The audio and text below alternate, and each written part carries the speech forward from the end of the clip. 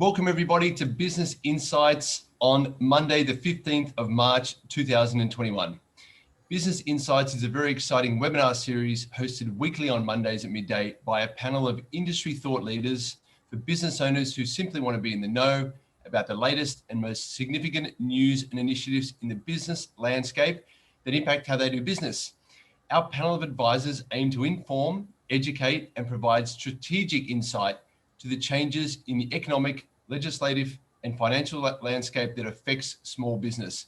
We aim to guide our viewers to navigate business challenges throughout COVID-19 and beyond. I'll just provide the following general warning that the views and opinions shared on this webinar are designed to be for general information only and are not to be designed to be taken as specific advice for your personal or specific circumstances. However, please do feel free to reach out to any of our panelists if you do require specific advice. So let's now meet our panel of industry thought leaders. Today we have Mr. Sam Qureshi from MoneyClip Private Wealth. Sam, thanks very much for being here today. Thank you, Ian. Great to be here. And Adam Lyle from BizDoctor. Adam, thank you for being here today. Hi, Ian. It's interesting here. We've got just the guys on today. Absolutely. So I think Lisa is just taking a little bit of a break today, but we will welcome her back next week. So we might go to you, Sam. I know there's a lot of news going around about the stock market. So do you want to provide us with some updates? Yeah, sure. Thank you, Ian. I might just cover off on interest rates and property first, and I'll move on to the markets after that, if that's okay.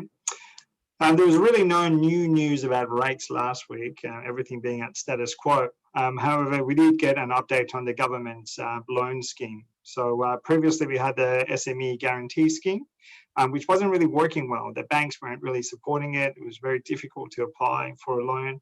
And now that's changed to a new scheme called Government SME Recovery Loan Scheme.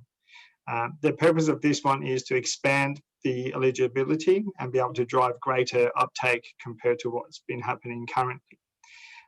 This particular scheme is available to anyone who's on JobKeeper with a turnover of less than 250 million, as well as anyone who's already in the current SME guarantee scheme. The loans will be for up to 10 years. It'll be now 80% government guaranteed, and the rate for which you pay won't be any higher than 7.5%, which was one of the issues from a previous scheme. You have the ability to have a holiday of up to 24 months from repayments, and you'll be able to use it for a broad range of purposes, which is obviously a better way to be set up than what it was before. So this uptake will definitely improve the current way that it's going to go, and obviously it's going to give that great shot of extra cash for businesses to be able to survive and revive, and of course thrive in due course as well. Now, of course, on the property side, there was another week of strong auction results. Vic hit 85% clearance rate, whilst New South Wales hit 94%, and that's a remarkable set of numbers. And you may have read the news about this, but basically a property in Sydney, in the western suburbs of Sydney, in Mount Vernon, went $1 million above the reserve at $5 million. And our clients have been buying properties in this current market, and it has been very difficult. There's definitely one thing that's missing in the market at the moment, and that's a bargain. You just cannot find a bargain right now anywhere. And I'm hearing often that the prices are going anywhere between plus $50,000 to $500,000 above the expectation or reserve. So amazing activity in property market, and that FOMO is very much in vogue right now. Now, Australian stock market rose last week by about 0.8%. In fact, it went up by 0.9% in Friday alone. So start of the week was a bit up and down, and the end of the week basically helped it along. We've just started up a bit lower this morning, but basically a biggest impetus that we had was the White House's $1.9 million trillion stimulus package, and that was passed. And of course, that's going to have a very big impact in terms of the acceleration of the US economy, and of course, the global impact of that as well. Now, locally, the government here also announced their $1.2 billion tourism package to subsidise domestic airfares and travel. Stocks really improved on the back of that. So obviously the government is very keen to make sure that everything they're doing is going to go towards helping the economy get back to its feet. Now, you may recall I mentioned consumer and business confidence last week. So let me just share some information about that with you guys.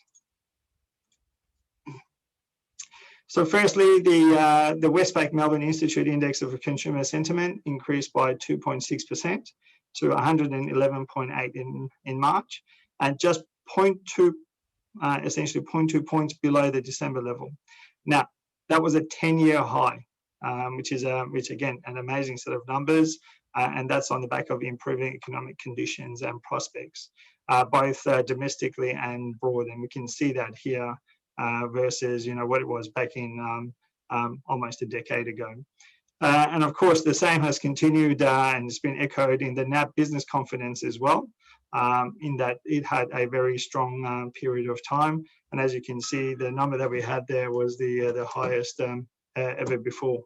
And in terms of the last 12 months, and you can see back in March when the lockdown actually occurred, the number was quite negative. And of course, that has then meant that the 10-year numbers are again looking quite good, even though we had such a big decline as part of when first COVID actually occurred. Now, one thing that hasn't improved as much is around retail. So retail still got a little bit of a way to go, but it seems that most other industries have been on the improve. Now, of course, as I've said in the past, and Adam will probably allude to this as well, it's not all roses, right? It's not everything's rosy. So we still have a long way to go. In fact, Governor Lowe, in his most recent speech, talked about that fact that whilst things are improving, there is still a long way to go to get back to where we were prior to the COVID period.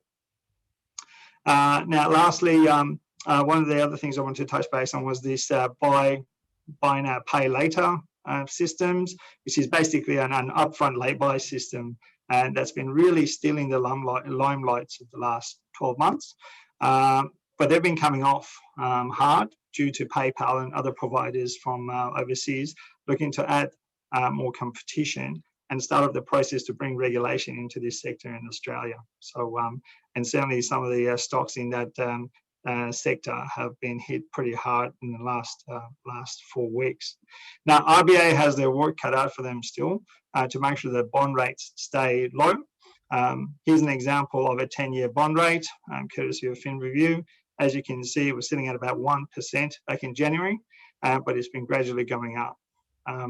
And where it's been coming down is where the RBA has been essentially operating extra into the market to make sure that it doesn't go as well in terms of its increases.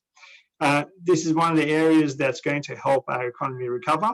So in terms of those, basically, the government really needs to keep a good eye on this to ensure that our recovery is sustained for a long period of time. If we start to see these rates increase, obviously it shows the improvement, but also it might have other flow-on effects that we might not want to have going through the economy when it's just having all these green shoots right now. And with that, I'm going to pass you back to you, Ian. Thanks very much, Sam. Fantastic insight once again. And over to you now, Adam Lyle from BizDoctor. Adam, what would you like to add to that? Well, I feel like I'm going to get into a boxing ring with Sam. I feel like Sam might have to be impersonating Anthony Mundine a little bit and get knocked out in the first round. But, Sam's right. Business confidence and consumer confidence is up. But I'd love to see the annualized average, because the reality is that the annualized average, we're still under the money. But let's just ride the wave. I'll give Sam, he's got more hair than me, so I'll let him have that. But what I am going to say is this: isn't it interesting that everyone's talking up the economy while we're still holding it up? We've still got JobKeeper. We've still got all these support mechanisms. We've got new loans coming out to give business more confidence. Of course, the business community is going to have confidence from that. And really, the true effect of the end of the moratorium, which ended on the 31st of December, in respect of landlords and creditors not being able to take action, and banks not being able to do enforcements, and the tax office not being able to do enforcements, the true effect of that was always going to have a 3 to 6 month lag, in my opinion. So I'm not surprised that business confidence is up. I'm not surprised that consumer confidence is up. I'd like to see how it pans out the rest of the year. And for our viewers here, please, please have the confidence that everyone is starting to spend money and do those things. But be careful, don't overcommit. Don't get sucked into the false sense of security that is naturally going to be around. Now, there's been some wide reports, and Sam mentioned it. The retail industry, even before COVID, was on a massive downward spiral. Now, once all this lovey-dovey spending finishes, there's reports this week that the retail sector is going to be in an apocalypse. So, and I'm not trying to scare people. I'm just saying, at some point in time, when things start to equalize back out and we get some equilibrium back in the market, where are we going to sit? And I'm not quite convinced that the resurgence and the confidence is as good as necessarily as we need to be able to get all of the SME sector, the largest employer sector in the country. I think we need a little bit more. And I'll go back to your point, Ian, last week, and even before that, about the two-speed economy. And there are sectors right now who are screaming from the treetops saying, hello, you have completely forgotten us. And retail is one, hospitality and leisure is another. And we've still got, and then we come out this week with crazy policy decisions about, oh, let's subsidize flights around the country. And, you know, everyone except for Queensland gets one flight, one route. Right? Where's the equality in that? And so, unless you're a business owner in Merimbula, you're probably thinking to yourself, what the hell's going on? And I even said, I think I had a conversation with Ian during the week about, you know, people are saying, oh, we need to support Byron Bay. Sorry, champs, Byron Bay's been firing. Absolutely firing on full cylinders for the last 6 months. You can't get a seat on the damn flight. It doesn't need help. But there are other sectors in the economy that definitely do. And all I'm saying is, please use the buoyancy, use the confidence, generate more sales, generate more activity and business for you, but don't get sucked into the false sense of security and go out spending money willy-nilly, because you're going to need to be able to pay for it. That's all from me. Thank you very much. Ding, ding. Yeah, thanks very much, Adam. Look, I must admit, last week when I heard that the government was about to unveil their post-JobKeeper support, I got quite excited. And then when they announced it on Thursday, and it was literally just those two things, it was the subsidized flights and the extension of the loan. You know, I mean, the thing is, there's been so many industries that have been indirectly hit by the pandemic, and these are the ones that are feeling that they've been left off the lurch. And Adam, when you mentioned that the flights only go to certain regions, I mean, you know, Gold Coast, Cairns, Whitsundays, Alice Springs, Broome, Kangaroo Island, and Merimbula. It seems a little bit odd to me, you know, so they're going to subsidize 50% of 800,000 domestic flights. And then the other thing is Sam, with the extension of the loan scheme, so, you know, this is for people, as you mentioned, that were on JobKeeper. So, but only for people that were on JobKeeper between the 4th of January, 2021 and the 28th of March, and also those that had previously applied for loans under this loan scheme. But what I found really hard was with this original loan scheme was actually getting them pushed through the door. When the legislation first came out about it some time ago last year, it all seemed that it was going to be fairly easy to get done. But when you actually got to the banks, there were a lot more checks and balances and hurdles that needed to be crossed to get those across the line. So I think we're going to just experience the same thing again. And, you know, the CPAs of Australia, they have called for the government to include in the federal budget subsidised business advice and disaster support initiatives, because the argument is that, you know, we need to help businesses move forward from a survival point of view. And without the advice, providing the loans is just like treating the symptom without addressing the underlying condition. So they're concerned that it doesn't lay a foundation for SMEs to recover and prosper from the post-pandemic trading conditions. So let's wait and see. That I'm really excited about the upcoming budget. So let's see what happens there. And, you know, they have talked before about providing subsidized advice for professionals, you know, financial advice, accounting advice, etc. So let's see what they do there. So we are at the 15th of March, as mentioned. So really, we're only 13 days out from the end of JobKeeper until it finishes. And the 14th of March, which was yesterday, was the last day to lodge your February declarations. But when the last date to lodge with the ATO falls on a weekend, you still have the following Monday, which is today, to lodge those declarations for February. So make sure that you get those in. And if you do miss out and you can't do it today, you still will be able to call up the ATO and get that done over the phone. But you really should get it done by the end of this week at the absolute latest. Now, the date is also significant because we're also almost at the end of the third quarter of the financial year. Can you believe it or not? So that means that December BASs were due for lodgement and payment on the 2nd of March. So if those haven't been lodged, paid, and or entered into a payment arrangement, you really need to do that as soon as you can, because before you know it, the March BAS is going to be due during May, but you don't want to fall behind with your cash flow. And, you know, as I said, JobKeeper finishes in 13 days. So we really don't want to be relying on JobKeeper at all.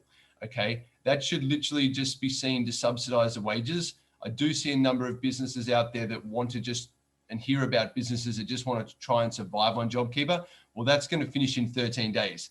So really, you should have a proper cash flow in place, you know, that is going to predict your bank balance for the next 12 months and have all your liabilities in place with the ATO.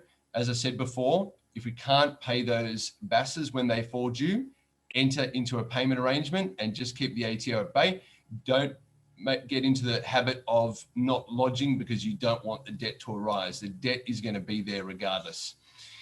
So that's it from me today. I just was going to ask Adam or Sam, did anyone have any questions or any more points to add?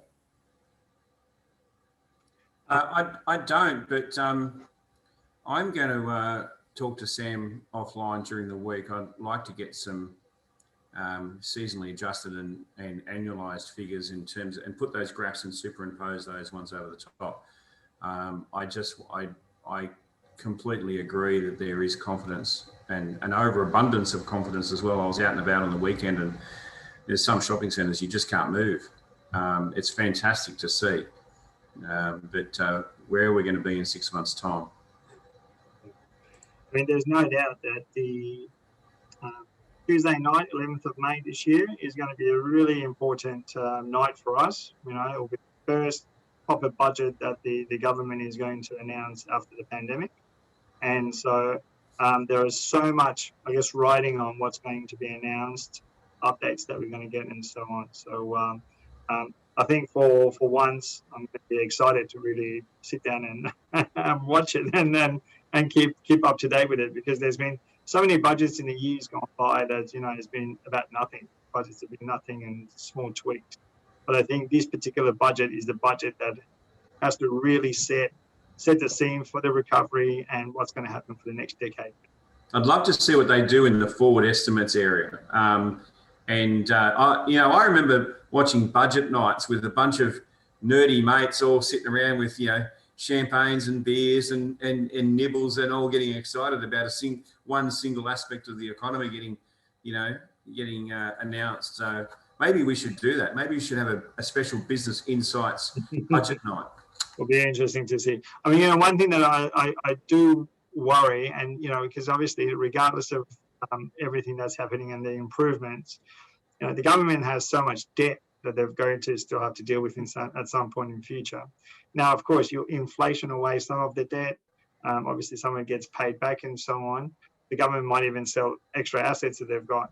But ultimately, I just cannot see how that's all going to be dealt with unless, obviously, spending is reduced, but in particular, their revenue is increased. And revenue increase means new taxes, higher taxes, and yeah, even some sacred cows might have to fall. Yeah. Thanks for having us today, Ian. Yeah, well, it is going to be an interesting budget night. I still do sit around, be a big nerd myself, and take notes very rigorously, minus the champagne and beers though. But yeah, we do the same as well, because we think about all the aspects of the budget and how it applies to our clients, so then we can communicate with them immediately. Yeah, absolutely. Yeah. So look, thanks very much, Adam and Sam, for joining us today. Viewers, thank you for joining us as well. This video will be posted on our YouTube channel, and please reach out to us if you have any questions, and we look forward to seeing you next week. Thanks very much. Thank you.